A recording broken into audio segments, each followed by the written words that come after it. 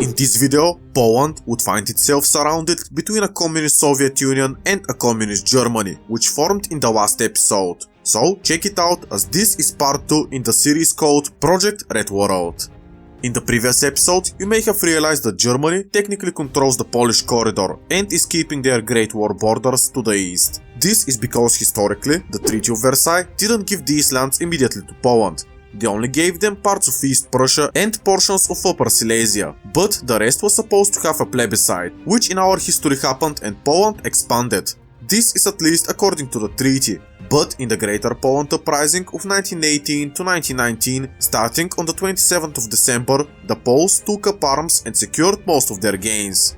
This happened in late December and lasted for 6 months, while Germany turned communist in November of 1918, so this is before their borders with Poland were finalized. This is important to mention, as the Polish-Soviet War would happen a lot sooner, due to Germany also being communist, which would encourage the Soviet Union to strike, as they hoped for German support. One more thing to address is the Hungarian borders, but I'll tell you more about them later in the video. I expect right after the conclusion of the Great War that Germany would lose territories to the west, but the east will take a lot more time, with France, Britain and the United States of America wanting for an independent Polish state. The thing is that Poland would be surrounded by two hostile nations, so their independence would be immediately challenged by both countries. As I said in the previous video, Germany is pacifist, but they would realize that they must take up arms and join the Soviet offensive. This is because if they don't, Germany would become a lot weaker, while France would grow stronger, which means that the French would attack Germany in the future, as to dismantle the communist regime there. The German politicians and workers would come to an agreement that the best defense would be offense, so Germany would expand and become stronger, which should hopefully for them serve as a deterrent for France and the rest of the Entente. Poland at the time didn't control too much land, as during the start of the Polish-Soviet War they didn't have the German territories, which they eventually gained later in the war in the earlier mentioned Greater Poland Uprising of 1918 to 1919. This time the Soviet Union would strike Poland as soon as possible, which means that Poland cannot spare 100,000 soldiers and armed workers to participate in the Greater Poland Uprising, as they would have to fight the Soviet Union. This means that Germany can easily consolidate power, and Rosa Luxemburg would play a key role in securing support in Posen, as she is of a Polish origin. The Germans don't need to secure a lot of support, but they would need to confuse the people, as later, when the Polish pianist Ignacy Paderewski does a speech in Posen, the people wouldn't be as enthusiastic for his cause. The Polish-Soviet War would start a couple of months sooner, so we can expect the Soviet Union to perform poorly in the beginning. Perhaps Poland would do the same and reach Kiev before being pushed back. The Entente would demand that Germany returns the territories to Poland, but the Germans would stall the negotiations, as they would demand that there is a referendum beforehand. In the previous episode, I mentioned that France would be unable to strike Germany as to enforce their demands, due to a considerable part of the French army being made up of communists and socialist sympathizers, which would start a civil war in France if they were to attack Germany. Another reason why France would not be able to force Germany to do as they like is because the United Kingdom and the United States of America are mostly done with the war. Their soldiers have returned home and wouldn't support kindly to starting yet another war with Germany. This means that France would need to act alone, without their allies, but due to the political beliefs of their soldiers, they will be paralyzed from within. Another thing to mention is the Spanish flu, which rarely gets mentioned but is crucial for this scenario. The Spanish flu lasted for only 2 years, but it affected 500 million people, about 10% of which died, making it one of the deadliest pandemics in world history. In the first waves of the Spanish flu, it affected mostly the Western countries, the United States, Britain and France, and later it spread to other countries, reaching China as well. So France would be unable to take action due to their disloyal army. No support from their allies except Italy, which would offer diplomatic support. And in addition, France cannot strike Germany due to the ongoing of a deadly virus. Germany would know this, so they would know that they can get away with it and grow stronger, as to stand a chance when France inevitably strikes Germany, as they would wish to remove the communists from power.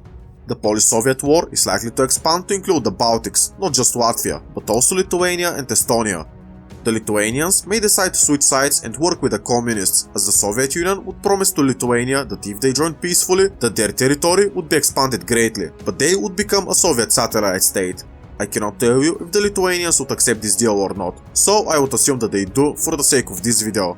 Remember that this is not meant to be taken seriously, as I prioritize entertainment over realism. For Lithuania, this actually almost happened in our history. The Lithuanian Soviet Socialist Republic was formed in 1918, led by the Lithuanian communist and revolutionary Mikas Mikevičius Kapsakas. During the Soviet-Lithuanian War, this republic was merged with Belarus, often being called Litbel, but in 1920 it was dissolved as the Soviet Union lost the war to Lithuania. Looking at the Soviet-Lithuanian War, we can find that historically 10,000 Germans aided Lithuania, which in this alternate history would not happen. Looking at the numbers, but also considering that Germany can help the Soviet Union from the other side, there is no way that Lithuania would survive, as this time Germany would be a Soviet ally. This means that the Socialist Soviet Republic of Lithuania and Belarus would survive and be incorporated into the Soviet Union. This trend would continue to the Baltic states, as Germany in our history remained in the Baltics and fought the Soviet Union, actually being a bulwark against communism. This time, as you know, it wouldn't be the case, and the Latvian War of Independence may be a complete failure. Germany contributed about half of the soldiers to the Latvian cause, which this time is not only not the case, but Germany is likely to switch sides and support the Bolsheviks, so the Peasants and Workers' Army of Latvia with the Polish and Estonian supporters stands little chance. France and Britain only provided naval support, and the British deployed a large fleet near the area to serve as a deterrent, but this wouldn't stop Germany and the Soviet Union. The Germans don't need to join these wars directly so that the Soviet Union is victorious, but their presence and support to the Soviet side is likely enough to tip the scales. For example, the German volunteers in the Baltics, instead of supporting the Baltic states, can support the Soviet Union, which I think is enough to secure a total victory against all of these states. The Baltic Germans actually played a crucial role in the war of the Baltic countries against the Soviet Union, and without the support of the Baltic Germans, but also that Germany would join the enemy, I think that all of the Baltics would inevitably fall. Thus, Poland may have had some success in the early war, but after the Baltics are dealt with, the majority of the Soviet army can turn to Poland and inevitably start pushing them back. Germany would be tasked with defending the border against Poland, but also France and Belgium in case they attack. Germany's role in the war wouldn't be to attack Poland directly, but to pose an army on their border, which would occupy much needed manpower and resources on the Polish side, allowing for a quicker Soviet advances. Under these conditions, the miracle on the Vistula would be hard to repeat itself due to the sheer number of the Soviet forces, but also German volunteers, which are likely to tip the scale in favor of the communists. The same could be said for the Finnish Civil War in 1918, where the German Empire historically sent 14,000 soldiers to participate there. This time, just like in the Baltics, it would not happen, and even these Germans would switch sides and aid the communists. I cannot tell you if I'm being optimistic or if the German soldiers were the deal breaker, but I want to create an exciting scenario and ignore a bit of realism, so keep that in mind. My priority is entertainment, not realism. For the sake of this video, as I believe it would make the series as a whole more exciting, the Finnish Civil War would be won by the Finnish Reds, which is not too insane to consider that exactly this could have happened.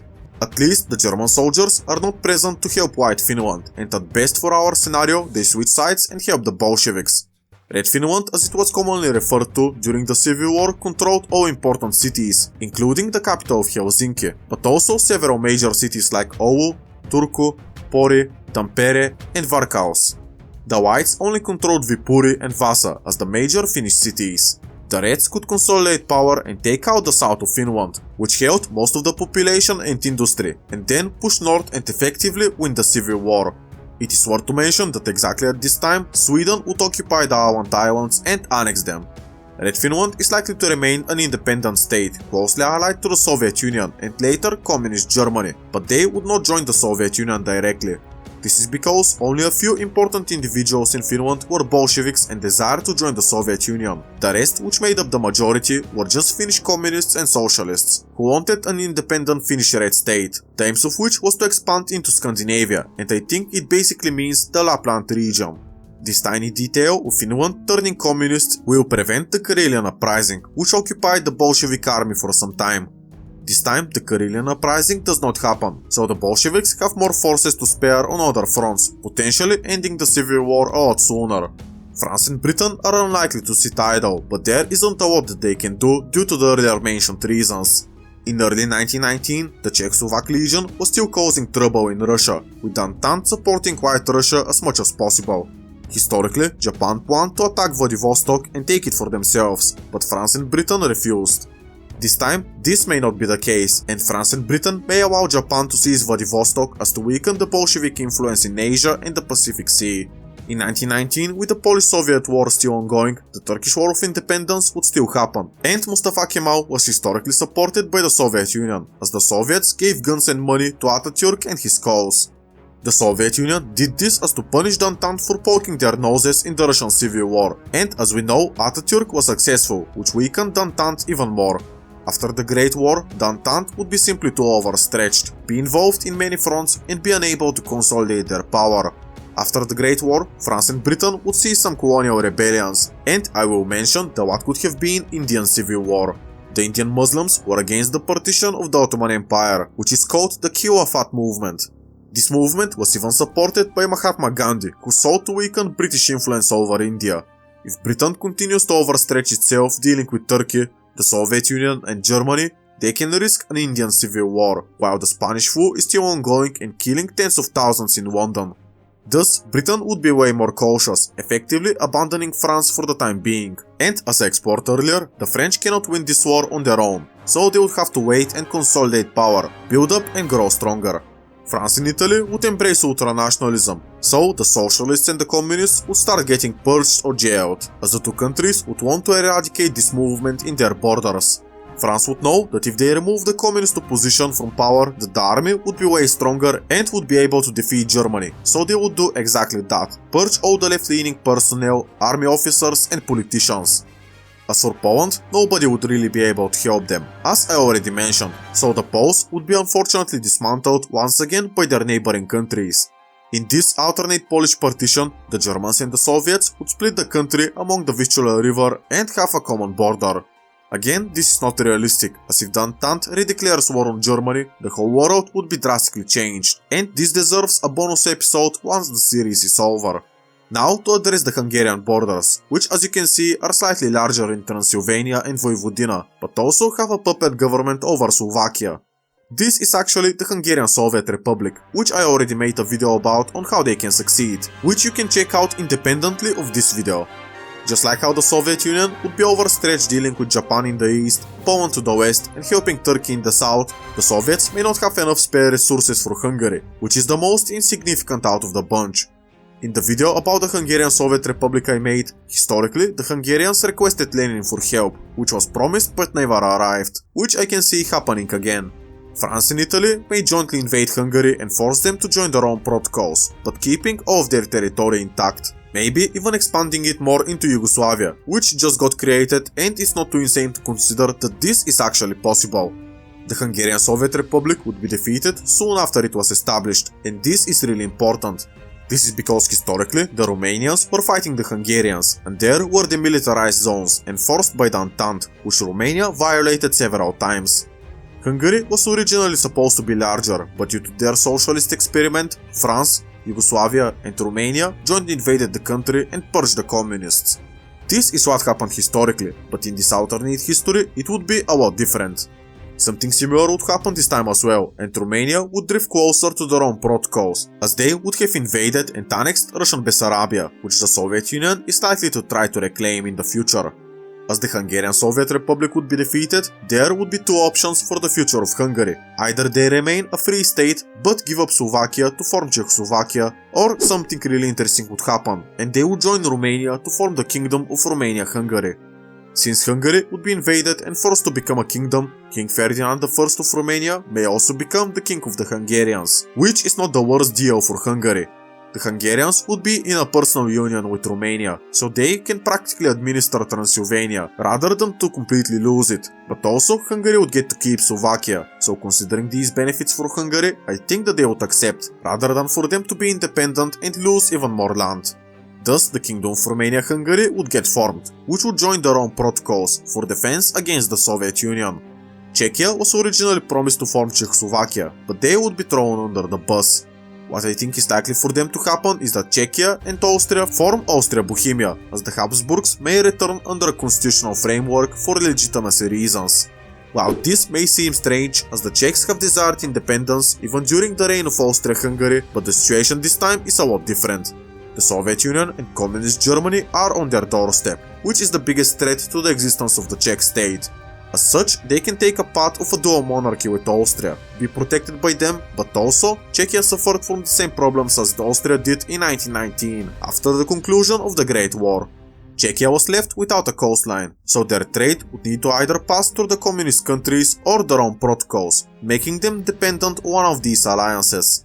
As such, I can see Czechia going with their own protocols, of which Austria is a member. The Czechs would enjoy a lot of autonomy in the new Austria-Bohemia, sort of like how Hungary did during the times of Austria-Hungary. The Czech language was suppressed during the reign of Austria-Hungary, as German was favored when dealing with administrative work and reading government newspapers.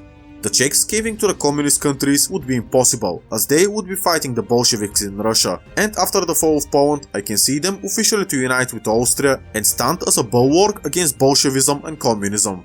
Germany, that was supposed to be a pacifist nation, had taken part in the invasion of Poland, which would have mixed reaction to their public. On one hand, the German involvement was truly minimal, as the Soviet Union did most of the heavy lifting, but on the other, this increased world tension and has made the Entente more wary of German expansion. Still, this would be considered as a net positive, as the Germans would realize and promote the idea that France would invade them in the near future, as to dismantle their communist regime. Thus, by Germany invading Poland, they would be stronger in the future, as to withstand the inevitable attack by France. It is here that I want to address Northern Schleswig and why it's part of Germany instead of Denmark. Historically, the Danes didn't really want it, as they didn't want to have a strong German minority, but Entente gave them a sweet deal and they accepted. This time, Northern Schleswig is not only majority German, but is also communist and close to the heart of the German Communist Revolution, which started in Kiel. The Danes are unlikely to even consider taking German communists in their borders, as they would fear that this would destabilize Denmark, which is a valid concern and likely this would have been the case. In the year of 1920, Germany would have established the council system and the workers would get hold of the factories. The problem is that these workers likely don't have any experience of running them, they only have experience of working there. This is likely to temporarily crash the German economy, but the war reparations to France will not cease, as it would only give France an excuse to invade them. Germany has expanded into Poland, so they can use their resources to stabilize themselves, while also increasing trade with the Soviet Union. This is important, as Germany and the Soviet Union would not be affected too much by the following Great Depression, as the two countries are not too reliant on the global market, but they are shared one instead. Speaking of the Soviet Union, they will consolidate their forces and deal with the remaining pockets of resistance, as the Russian Civil War is still ongoing. The French, Italians and British are aiding the White movement in Russia, but the Whites are too disconnected from one another. They lack any plans on what they should do in case of a victory and were generally more incompetent and disunited. Even with the increased help to the White Russians, it would just result in more Russian casualties, but the Communists are still likely to come out on top on the Russian Civil War. France and Britain would practically take control over Archangels and the Far East, with the help of Japan, so they would supply the local population with guns and instruct them to rebel against the Bolsheviks. My take that this would just delay the conclusion of the war, and 500,000 more Russians would lose their lives in this civil war. So I would predict that the Russian Civil War would officially end by early 1923. Soon Lenin would die, and I see no reason why Stalin wouldn't take power. Stalin is perhaps more popular in the Soviet Union, as he would claim that his forces were responsible for the defeat and integration of Poland. I cannot say how realistic that is, but the Soviet Union without Stalin would look really different, and I want to briefly stick to what happened historically, as it makes things easier to predict in the future. These would be massive changes to the world, as historically the Soviet Union was the only communist country in 1924, excluding insignificant Mongolia and tiny town of Tuva. This time, the Soviet Union would be expanded into the Baltic states, which were independent only for a few months, but also into Poland. Germany and Finland are also communist, so this alternate history series lives up to its name, which is Red World. I mentioned this because right after the conclusion of the Russian Civil War, which is in early 1923, France would try to go ultranationalist, just like Italy, which would do the same a year prior in 1922. In the next episode, I will tell you how France going ultranationalist will change the entire world. Check the video on the screen and I hope to see you there. Goodbye.